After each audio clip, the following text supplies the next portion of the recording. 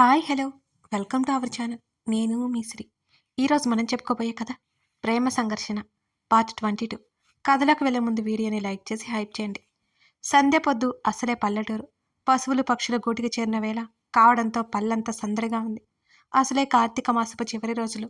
పొద్దు తక్కువై చలి అప్పుడే ఊరి ముంగిటి వాలింది. ఎక్కడికి వెళ్తున్నాం బాబాయ్? నాన్న ఎక్కడ ఉన్నారంటే ఎక్కడికి తీసుకువెళ్తున్నావు? మాధవ్ని అడిగింది రాగమాలిక. వచ్చేసాం. ఊరి మొదటికి వచ్చేశారు. ఈ ఇల్లు ఎవరిది బాబాయ్ అని అడిగింది. పదా చెప్తాను అని చెప్పాడు మాధవ్.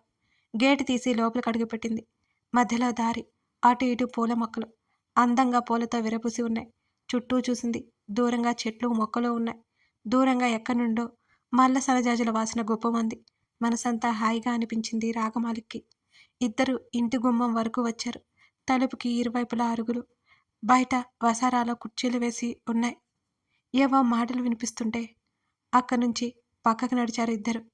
నవారు మంచం మీద అటువైపుకు కూర్చుని ఉన్నారు నందు, రేవంత్ కృష్ణ ఇద్దరు. నందు, ఏమిట్రా ఈ కన్నీళ్ళు? అడిగాడు రేవంత్ కృష్ణ. రాగమాలిక అడుగులు ఆగిపోయాయి. మాధవ్ కూడా పక్కన నిలబడ్డాడు. ఏం లేదు మావయ్య అని అన్నాడు నందు. జీరబోయింది అతని గొంతు. ఈ మామయ్యతో చెప్పవా ఏం జరిగిందో? నందు భుజం మీద చేయి వేశాడు రేవంత్ కృష్ణ. నీ కూతుర్లో కొంచెం కూడా సాత్వికత లేదు మావయ్య. నిజంగా రాక్షసి అని అన్నాడు నందు నవ్వుతూ. రాగా రాగా ఏం చేసింది అని అడిగాడు. ఏం చేయలేదు. ప్రేమ లేదంట. ఇక నేను తన్ని విసిగించదలుచుకోలేదు అని అన్నాడు చిన్నగా. చెప్పిందా నీతో? ఆ, ఎన్నోసార్లు. తప్పు నాదే. మొదటి నుంచి నన్ను తను ఫ్రెండ్గానే చూసింది. తను అన్నది నిజమే. నిజంగా భ్రమపడ్డాను. నా వల్ల రాగా ఇబ్బంది పడింది. సారీ మావయ్య అని ఎటో చూస్తూ అన్నాడు. నేనేం చేయలేను నందు అని ఒక క్షణం ఆగి, నా కూతురి సంతోషం ముఖ్యం. తను నాకు నందు నచ్చాడు అంటే చాలు, పెళ్లి చేసేస్తాను. నాకు నందు వద్దు అంటే నేను మాత్రం ఏం చేయగలను అని అన్నాడు కృష్ణ. మావయ్య, మీరు బాధపడకండి. నేను బాగానే ఉన్నాను. ఆఫీస్కి వెళ్ళాలి మళ్ళీ. సంవత్సరం నుండి దాచుకున్న లీవ్స్ కూడా అయిపోయాయి. 2 రోజుల్లో వెళ్ళాలి అని ఆగి, మర్చిపోవాలి అనే ఇక్కడికి వచ్చాను. కానీ ఎక్కడా ప్రత్యక్షమైంది నీ కూతురు. తన కళ్ళలో కనబడితే నా మీద ఉన్న ఇష్టం. కానీ అదంతా నా భ్రమ అని అర్థమైంది. నా మనసులో నుండి తుడిచేయడానికి ప్రయత్నం చేస్తాను. నేను మాత్రం సంతోషంగా ఉంటాను మావయ్య అని నవ్వాడు. ఏం మాట్లాడలేకపోయాడు రేవంత్ కృష్ణ. మావయ్య, మీ దగ్గర ఉన్న చనువుతో ఇవన్నీ చెప్పాను. మిమ్మల్ని బాధ పెట్టాలి అని కాదు. ఇవన్నీ ఇక్కడే ముగిసిపోవాలి, లేకపోతే రాగా గిల్టీ ఫీల్ అవుతుంది అని అన్నాడు నందు. నందు భుజం మీద చెయ్యి వేశాడు కృష్ణ. అక్కడి నుంచి వెనక్కి తిరిగి ఆ ఇంట్లోకి వెళ్ళిపోయింది రాగమాలిక. కృష్ణ, మాధవ్ పిలుపు వినిపించి ఇద్దరు లేచి మాధవ్ దగ్గరికి వచ్చారు. రాగ ఎక్కడా అని అడిగాడు రేవంత్ కృష్ణ. మావయ్య, ఇంటికి వెళ్తాను. మరొక మాటకి తావివ్వకుండా అక్కడి నుంచి వెళ్ళిపోయాడు నందు. రాగ ఇంటి లోపల చూస్తోందిరా. మాధవ్ చెప్పగానే ఇద్దరు లోపలికి నడిచారు. రాగ విన్నదా? విన్నదిరా. సరే పదా. రాగమాలిక దగ్గరికి వెళ్ళారు. ఇల్లు ఎవరిది నాన్న? చాలా బాగుంది అని ఇల్లంతా పరికించి చూస్తూ అన్నది. చాలా పాతకాలంలో ఉన్న ఇల్లైనా శుభ్రంగా కొత్త మెరుపులతో ఉంది. మనదే అన్నాడు రేవంత్ కృష్ణ. అయోమయంగా తండ్రి వైపు చూసింది. అవును తల్లి అన్నాడు. మన ఇల్లు వేరే ఉంది కదా నాన్న. ఈ ఇల్లు మీ అమ్మా నాన్న ఉన్న ఇల్లు అని చెప్పాడు మాధవ్. అవునా అన్నట్టు రేవంత్ కృష్ణ వైపు చూసింది. చిన్నగా నవ్వి తల ఊపాడు. సంతోషంతో ఆ ఇంటి స్తంభాలను, గోడలని చేతితో తాకింది. బలవంతంగా కన్నీళ్లు ఆపుకుంది రాగమాలిక. మీ నాన్న ఎప్పుడో ఈ ఇంటిని తీసుకున్నాడు. రోజు తనే స్వయంగా శుభ్రం చేసేవాడు. బయట మొక్కల్ని పెంచాడు. మీ అమ్మకి ఇష్టమని అని చెప్పాడు మాధవ్. తన తల్లి మీద తండ్రికి ఉన్న ప్రేమకి ఆమెకి ఆనందంతో కన్నీళ్ళొచ్చాయి. కాసేపు తండ్రితో మాట్లాడింది. బయట మొక్కల చెట్లు అన్నిటినీ పలకరించి తండ్రి బాబాయిలతో పాటు ఇంటికి బయలుదేరింది రాగమాలిక. అప్పటికే ఊరు చీకటి దుప్పటి కప్పుకుంది. నందు, త్వరగా లేనాన్న. సుభద్ర పిలుస్తూ ఉంటే లేచి కూర్చున్నాడు బద్ధకంగా. ఏమిటమ్మా ఇంత పొద్దునే లేపావు? ఏదైనా పని ఉందా? ఆవలిస్తూ అడిగాడు నందు. అవును. ఏంటది? పెళ్లి చూపులకు వెళ్తున్నాం. ఎవరి పెళ్లి చూపులకో? నిన్నెందుకమ్మా అని అడిగాడు అయోమయంగా చూస్తూ. ఎవరి పెళ్లి చూపులకో అయితే నిన్నెందుకు రమ్మంటాను నాన్న? నీ పెళ్లి చూపులే అని చెప్పిన సుభద్ర మాటలకు ఆశ్చర్యంతో ఉన్నట్టుగా కళ్ళు పెద్దవి చేసి చూశాడు. మా, ఏం మాట్లాడుతున్నావు? నాకు పెళ్లి చూపులేంటి అని అన్నాడు చిరాగ్గా. ఏరా నాన్న, నువ్వు పెళ్లి చేసుకోవా అని అడిగింది. అది కాదమ్మా, ఇప్పుడే ఎందుకని? ఇంకెప్పుడు చేసుకుంటావు నువ్వు? ఎప్పుడో ఒకప్పుడు చేసుకుంటానులే. సంబంధం నాన్న చూసారా అని అడిగాడు. లేదు నాన్న, మావయ్య చూశారు. సరే అన్నాడు. కాదు కాదు, సుభద్ర సరే అనిపించింది. అసలే రాఘకి తనంటే ఇష్టం లేదన్న బాధలో ఉన్నాడు నందు. అంతలోనే పెళ్లి చూపులు అనగానే అతనికి చాలా చిరాగ్గా ఉంది. లేచి అయిష్టంగానే తయారయ్యాడు. ఇటెక్కడికి అన్నాడు తల్లిదండ్రులను చూస్తూ. మామయ్య రమ్మన్నారా? నీరసంగా లోపలికి నడిచాడు నందు. ఇంతకు ముందు రోజు రాగమాలికతో వద్దు అనిపించుకొని ఇప్పుడు పెళ్లి చూపులకి రెడీ అయ్యాడంటే రాగమాలిక ఎలా చూస్తుందో అని అతని భయం. సుభద్ర, శివరం సోఫాలలో కూర్చున్నారు. నందుబాబు, ఈ బట్టల్లో భలే ఉన్నారండి అని అంది సుక్కు. సుక్కు, నా కొడుక్కి దిష్టి పెట్టకే అని కసిరింది సుభద్ర. రఘురామయ్య, జానకమ్మ, సుప్రజ, మాధవ్, వినీత అందరూ అక్కడే ఉన్నారు. ఒక్క విరజ తప్ప. కాసేపటికి రేవంత్ కృష్ణ, రాగమాలిక హాల్లోకి వచ్చారు. రాగమాలికను చూసి తల తిప్పుకున్నాడు నందు. బాబోయ్, రాగ కూడా మాతో పాటు వస్తుందా? అయినా తనేంటి ఇంత అందంగా రెడీ అయింది అనుకుంటూ బలవంతంగా రాగ దృష్టిని మరల్చుకోసాగాడు నందు. అమ్మాయి నచ్చిందా అని అడిగింది సుభద్ర. చూడకుండా ఎలా నచ్చుతుందమ్మా అని విసుగ్గా అన్నాడు నందు. నీ ఎదురుగానే ఉంది కదా నందు, చూడు చూడు అమ్మాయిని అని జానకమ్మ అంది. నా ఎదురుగా ఉంది అంటారేంటి వీళ్ళు? అయినా ఎదురుగా ఉండడం ఏంటి అని తల తిప్పి చూశాడు. ఎదురుగా రేవంత్ కృష్ణ, పక్కన కూర్చుని ఉంది రాగమాలిక. ఆశ్చర్యంతో చూశాడు. నచ్చిందా నాన్న, మా అన్నయ్య కూతురు అని సుభద్ర నవ్వుతూ అడిగింది. అతనికంతా అయోమయంగా ఉంది. ఏం మాట్లాడుతున్నావమ్మా అని అసహనంగా అన్నాడు. అవునరా నాన్న, పెళ్లి చూపులు మీ మామయ్య కూతురుతోనే అని శివరాం అన్నాడు. మావయ్య ఏంటిది అన్నాడు విసుగ్గా, విసుగు దాచుకోవడానికి ప్రయత్నం చేస్తూ. నీకోసం అమ్మాయిని చూశాను నందు, అమ్మాయి ఎలా ఉందో చూసి చెప్పు, లేదా మేమందరం బయటికి వెళ్తాం, మాట్లాడి చెప్పు అని రేవంత్ కృష్ణ అన్నాడు. మావయ్య, దానికి కూడా మీ మావయ్య సలహా ఎందుకు? అమ్మ రాగా, ప్రద్యుమ్ని అలా పెరట్లోకి తీసుకెళ్ళు నవ్వు దాచుకుంటూ చెప్పాడు మాధవ్. లేచి నందు వైపు చూసి వెళ్ళిపోయింది రాగమాలిక. వెళ్ళు నాన్న అని సుభద్ర అంది. అబ్బా, ఏమైంది మీ అందరికీ, ఆడుకుంటున్నారా నాతో అని విసుగ్గా అన్నాడు నందు. నాకు పొలంలో కాస్త పని ఉంది అని చెప్పి అక్కడి నుంచి వెళ్ళిపోయాడు రేవంత్ కృష్ణ. ఒక్కొక్కరు ఒక్కో కారణం చేత అక్కడి నుంచి నిష్క్రమించారు. తప్పక రాగమాలిక వెళ్ళిన వైపు కదిలాడు నందు. రాగా, ఏంటిదంతా అని అడిగాడు. ఏది అతని వైపు తిరిగి చూసింది. ఈ పెళ్లి చూపులు ఏంటి అంటున్నా అని అన్నాడు నందు. తన వాలుజడ ముందుకు వేసి చేతితో తిప్పుతూ నందు దగ్గరికి వచ్చింది రాగమాలిక. అతని కళ్ళలోకి చూస్తూ, పెళ్లి చేసుకోవాలి అంటే పెళ్లి చూపులు జరుగుతాయి కదా అంటూ కళ్ళెగరేసింది. ఆమె మీనా లాంటి కళ్ళని చూస్తూ ఉండిపోయాడు కాసేపటి వరకు. రాగా, నీకు ఇష్టం లేదన్నావు, మళ్ళీ ఏంటిదంతా? అతని గొంతు ఈసారి బాధగా మారింది. బావా అన్న రాగమాలిక పిలుపుకి 1000 వోల్టుల విద్యుత్ ప్రవాహం అతని శరీరంలో పాకినట్టు నిలబడిపోయి ఆమెనే చూస్తుండిపోయాడు. అతను విన్నది నిజమోనే కాదో అర్థం అవ్వక. ఏమన్నావు రాగా? ఆశ్చర్యం, అయోమయం కలిపి అన్నాడు నందు. బావా అన్నాను బావా అంది చేతిలో ఉన్న ఓని కొంగు నలిపేస్తూ. కళ్ళు తేలేశాడు నందు. కొన్ని క్షణాలకు తేరుకొని, రాగా నీకొంట్లో బాగానే ఉందా? ఆమె నుదుటి మీద, చెంపల మీద చెక్ చేశాడు నందు. చిరాగ్గా ముఖం పెట్టి అతన్ని చూసింది.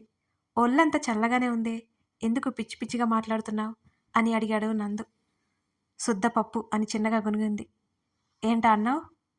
నేనేమన్నాను? నేనేమీ అనలేదు అని ముఖం పక్కకి పెట్టుకుంది రాగమాలిక.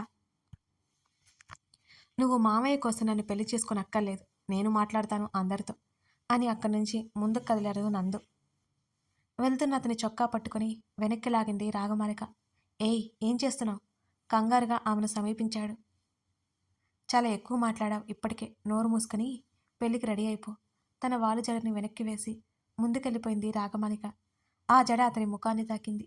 వెళ్తున్న రాగమాలికను ఆశ్చర్యంతో నోరు తెరిచి చూస్తుండిపోయాడు నందు. రాగమాలికతో ఎప్పుడు మాట్లాడదామనుకున్నా ఏదో ఒక వంక చెప్పుకొని తప్పించుకొని పోతుంది. నందు చేతికి చిక్కకుండా, మావయ్య, ఆఫీస్ వాళ్ళు కాల్ చేస్తున్నారు, వెళ్ళాలి, రేవంత్ కృష్ణ దగ్గరికి వెళ్ళి చెప్పాడు నందు. ఇంకో 15 రోజులు సెలవులు తీసుకోనందు అని అన్నాడు. లేదు మావయ్య, చాలా ముఖ్యమైన పని ఉంది, ఎంత వీలైతే అంత తొందరగా రమ్మని చెప్పారు అని అన్నాడు నందు. సరే అయితే వీళ్ళనంత త్వరగా వచ్చే, నువ్వెప్పుడు వస్తావో చెబితే పెళ్లి ఏర్పాట్లు మొదలు పెడదాం అని రేవంత్ కృష్ణ అన్నాడు. అలాగే మావయ్య, రేపు తెల్లవారుజామున బయలుదేరుతాను అని అక్కడి నుంచి వెళ్ళిపోయాడు నందు. ఆ విషయం అందరికీ చెప్పాడు రేవంత్ కృష్ణ. నందుకి ఫోన్ చేసింది రాగమాలిక, లిఫ్ట్ చేయలేదు. బాధ, కోపం, అసహనం వెంటనే వచ్చేసాయి ఆమెకి. వెళ్ళి మాట్లాడదామంటే చీకటి పడిపోయింది. ఆ సమయంలో వెళ్తే బాగోదు, పొద్దు పొద్దున్నే వెళ్ళిపోతాడని చెప్పాడు. కోపం ఎక్కువైపోయింది నందు మీద ఆమెకి. వెంటనే నిద్రకు ఉపక్రమించింది. ఎంతకీ నిద్ర పట్టలేదు. అలారం తెల్లవారుజామున 3 గంటలకే పెట్టుకుని బలవంతంగా కళ్ళు మూసుకుంది. మెల్లిగా నిద్ర పట్టేసింది. మధ్య మధ్యలో మెలకువ వచ్చినప్పుడల్లా టైం చూడసాగింది. తెల్లవారుజామున అలారం మోగింది. చకచకా లేచి రెడీ అయిపోయి హాల్లోకి వచ్చింది రాగమాలిక. సోఫాలో కూర్చొని ఉన్నాడు రేవంత్ కృష్ణ. రాగా, ఇంత ఉదయాన్నే లేచావేంటమ్మా అని అడిగాడు ఆశ్చర్యంగా. అది నాన్న, పృథ్వీ వెళ్తున్నాడని చిన్నగా అంది. అవునా, సరే పద. రాగమాలికతో పాటు బయటికి నడిచాడు రేవంత్. అప్పటికే బైక్ మీద సిద్ధంగా ఉన్నాడు నందు. సుభద్ర జాగ్రత్తలు చెబుతోంది. వీళ్ళిద్దరిని చూసి ఆశ్చర్యపోయాడు అతను. ఇంకో 5 నిమిషాలు ముందు బయలుదేరాల్సింది అని అనుకున్నాడు. వాళ్ళిద్దరిని చూసి చిన్నగా నవ్వాడు నందు. మీరేంటి మావయ్య ఎలా? వెళ్తున్నావు కదా, రాగ నీతో మాట్లాడాలి అంటే తీసుకొచ్చాను. ఇంకా ఏమీ మాట్లాడలేకపోయాడు నందు. రాగా, మాట్లాడరా అని రాగమాలికతో చెప్పి, సుభద్ర కాఫీ ఇవ్వు తల్లి అని సుభద్రతో పాటు వాళ్ళ ఇంట్లోకి నడిచాడు రేవంత్ కృష్ణ. నందునే సూటిగా చూసింది రాగమాలిక. మౌనంగా బైక్ దిగి పక్క నిల్చున్నాడు నందు. వెళ్ళేటప్పుడు చెప్పాలని కూడా లేదా నీకు? చేతులు కట్టుకుని అడిగింది. మామయ్యతో చెప్పాను కదా. పక్క చూపులు చూశాడు నందు. నాన్నతో చెప్పడం, నాతో చెప్పడం రెండూ ఒకటేనా? ఆమె మాటల్లో తీవ్రత అతన్ని తాకుతోంది. ఎవరితో చెబితే ఏమైంది, నీకు తెలిసింది కదా అని అన్నాడు నిర్లక్ష్యంగా. అతని చెంప మీద కొట్టి ఏడ్చుకుంటూ ఇంటివైపుకి వెళ్ళిపోయింది రాగమాలిక. తిట్టింది, కొట్టింది, పైగా తనే ఏడుస్తూ వెళ్ళిపోయింది. ఏంటిది ఆశ్చర్యంగా అనుకొని, ఏదైతేనేమి తను వెళ్ళాలి అనుకున్నాడు. ఎవరూ ఆపకముందే వెళ్ళిపోవాలని నిర్ణయించుకొని వెళ్ళిపోయాడు. బైక్ మీద వెళ్తూ వెళ్తూ చాలా గట్టిగా కొట్టేసింది నిజంగా రాక్షసి అని ముద్దుగా తిట్టుకున్నాడు రాగమాలికని. అతని కంట్లో చేరిన చెమ్మ రోడ్డు కనిపించనీయకుండా చేసింది. బైక్ 2 నిమిషాలు పక్కన ఆపి కళ్ళు తుడుచుకొని మంచు ఆరని రోడ్డు మీద ప్రయాణం సాగించాడు ప్రద్యుమ్న నంద. నందు వెళ్ళి వారం రోజులైంది. అందరూ కాల్ చేశారు, ఒక్క రాగమాలిక తప్ప. అతనికి అర్థమైంది, తన మీద ప్రేమ ఉంటే ఈ పాటికి ఫోన్ చేసి ఒక్క మాటైనా మాట్లాడాలి. లేదు, నిజంగా తన మీద ఇష్టం లేదు ఆమెకి.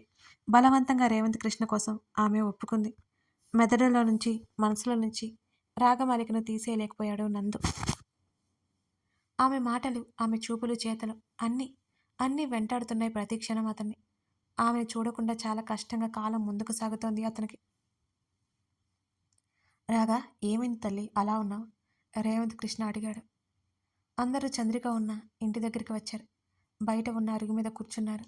ఏం లేదు నాన్న, జాబ్కి రిజైన్ పెట్టేశాను అని రాగమాలిక చెప్పింది. నీకు ఇక్కడ ఉండడం ఇష్టమేనా అని కూతుర్ని చూస్తూ అడిగాడు. అదేంటి నాన్న అలా అంటారు? చిన్నప్పటి నుంచి మీ అందరి ప్రేమకు దూరంగా బ్రతికాను. ఇప్పుడు మీ అందరినీ వదిలి ఎలా ఉండగలను అని అంది రాగమాలిక. మరి నందు? సమాధానం చెప్పలేదు రాగమాలిక. రోజు సిటీకి వెళ్ళి వచ్చేస్తాడులే అని చెప్పాడు ఆలోచిస్తున్న కూతుర్ని చూస్తూ. సిటీకి వెళ్ళి రావాలంటే ఎంత లేదన్నా 6 గంటల సమయం పడుతుంది. అంతసేపు ప్రయాణం చేయాలంటే ఇబ్బంది పడతాడు ఏమో సాలోచనగా అంది రాగమాలిక. చిన్నగా నవ్వుకున్నాడు రేవంత్ కృష్ణ. మరి ఏం చేద్దాం అని అడిగాడు. అందుకే అప్పుడే పెళ్లి చేసుకోను అని చెప్పింది. మూతి ముడుచుకుని తండ్రి వైపు చూసింది రాగమాలిక. అలా అయితే నేను కూడా మీతో పాటు సిటీకి రానా? మరి తాతయ్య, నానమ్మ అని అడిగింది రాగ. అయితే అందరం అక్కడే ఉండిపోదామా అని అడిగాడు. మీకు తాతయ్య, నానమ్మలకి ఈ ఊరంటే చాలా ఇష్టం కదూ? రాగమాలిక అడిగింది. అబ్బా, పెద్ద చిక్కు వచ్చి పడింది, ఇప్పుడు ఏం చేయాలి అని అడిగాడు. అప్పుడే మాధవ్, సుప్రజ కూడా అక్కడికి వచ్చారు. ఎక్కడికి వెళ్ళి వస్తున్నారు అని రేవంత్ కృష్ణ అడిగాడు. అమ్మ నన్ను చూస్తున్నావురా అని అడిగాడు మాధవ్.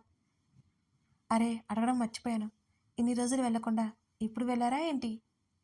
తీర్థయాత్రకు వెళ్ళి వచ్చారట ఈరోజే బదులిచ్చాడు మాధవ్. ఓ అలాగా కృష్ణ, నేను సుప్రజ వెళ్ళిపోదాం అనుకుంటున్నాం మా ఊరు అని మాధవ్ అన్నాడు. ఇష్టం లేనింటి చూసింది రాగమాలిక. అలాగే, మీకోసం ఎన్ని సంవత్సరాలని బాధపడుతూ ఉంటారు, వాళ్ళతోనే ఉండండి అని రేవంత్ కృష్ణ అన్నాడు. రాగమాలికని చూశారు ఆ ఇద్దరు. ఏమైంది రాగా? ఇద్దరిని హత్తుకుంది. ముగ్గురు చిన్నగా నవ్వారు. నువ్వు కూడా మాతో పాటు వస్తావా మరి? రాగమాలిక ముఖాన్ని చేతుల్లోకి తీసుకుని అడిగింది సుప్రజ. ఉహుం, కన్నీళ్ళు తుడుచుకుంటూ చెప్పింది. సరే, మీ నాన్నను వదిలి రావు అని అర్థమైంది. నీకు నచ్చినప్పుడు అక్కడికి రా, అది కూడా నీ ఇల్లే, సరేనా అని సుప్రజ అంది. మాధవ్ కూడా అన్నాడు. ఆమె బాధగా తల ఊపింది. వీడ్కోలు చెప్పి వెళ్ళిపోయారు వాళ్ళిద్దరు. నాన్న చెప్పరా? రేవంత్ కృష్ణ ఒడిలో తలపెట్టుకుంది. బాబాయ్ పిన్ని చాలా మంచివారు. నాకు అమ్మకి ప్రతి కష్టంలో తోడుగా ఉన్నారు. నేను 2 రోజులు ఆగి వాళ్ళ దగ్గరికి వెళ్తాను అని అంది. నీ ఇష్టం, ఇప్పుడే వెళ్ళకపోయావు మరి అని అన్నాడు. వాళ్ళు పేరెంట్స్తో ఉంటారు కదా సరదాగా, నేను ఎందుకని వెళ్ళలేదు, అందుకే తర్వాత వెళ్తాను అని చెప్పింది. అలాగే మరి, పెళ్లి ముహూర్తం ఎప్పుడు పెట్టించమంటావు? వాడు వెళ్ళి 1 నెల రోజులైపోయింది కదా అని రేవంత్ కృష్ణ అడిగాడు. ఏమో మీ అల్లుణ్ణి అడగండి అంది ముఖమంతా ముడుచుకొని. ఏమైంది మీ ఇద్దరికి, గొడవ పడ్డారా? రాగమలిక తల నిమురుతూ అడిగాడు రేవంత్ కృష్ణ. కథ కొనసాగుతోంది. మరి ఇప్పుడు రాగా చెప్తుందా వాళ్ళిద్దరి మధ్య ఏం జరిగిందో? నందు అలా వెళ్ళిపోయాడు కదా, తిరిగి వస్తాడా రాడా? అసలు వీరిద్దరి పెళ్లి జరుగుతుందా? తెలుసుకోవాలంటే ఈ కథను మీరు పూర్తిగా చూడాల్సిందే. కథ నచ్చితే లైక్ చేసి కామెంట్ చేయడం మర్చిపోకండి. అలాగే మీ కామెంట్స్ నేను చూస్తున్నానండి. నాకైతే చాలా సంతోషంగా ఉంది. కొందరు చెప్తున్నారు అసలు ఆ రోజుల్ని చూసినట్టుగా ఉందని. మీ కామెంట్స్ నాకు ఎంత సంతోషాన్ని ఇస్తున్నాయో మాటలా చెప్పలేను. Thank you for watching this video.